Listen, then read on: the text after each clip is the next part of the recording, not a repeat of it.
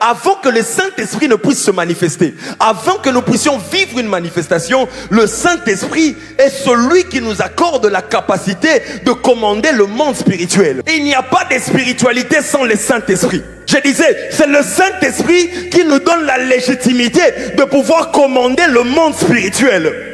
Voilà pourquoi Moïse s'est rassuré de nous dire qu'avant que la lumière ne vienne, que l'Esprit de Dieu s'est mouvé sur les eaux. C'est le Saint-Esprit qui te donne le droit légal d'opérer dans le monde spirituel. Si on te présente une spiritualité où le Saint-Esprit n'est pas là, fouille. Si on t'apprend une voyance où le Saint-Esprit n'est pas là, fouille. Avant que Dieu ne puisse parler, l'Esprit de Dieu se mouvait au-dessus des eaux. La capacité de créer de Dieu, la capacité de dominer de Dieu, la capacité d'influencer de Dieu était d'abord liée au fait que l'Esprit de Dieu s'est mouvé au-dessus des eaux.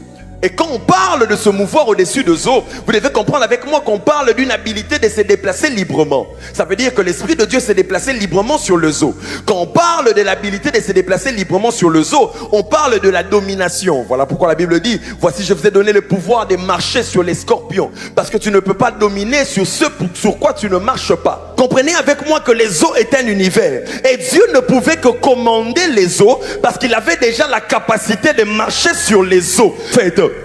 Un jour, les disciples étaient en train de traverser la barque. Ils avaient laissé Jésus de l'autre côté. Ils se sont rendus compte qu'il y avait quelqu'un qui était en train de marcher sur les eaux. Ils se sont rendus compte que cela était illégal. Ils se sont dit que c'était peut-être un fantôme. Mais ce que les disciples ne savaient pas, c'est que Jésus, le Saint-Esprit, depuis Genèse, il avait déjà la capacité de marcher sur les eaux.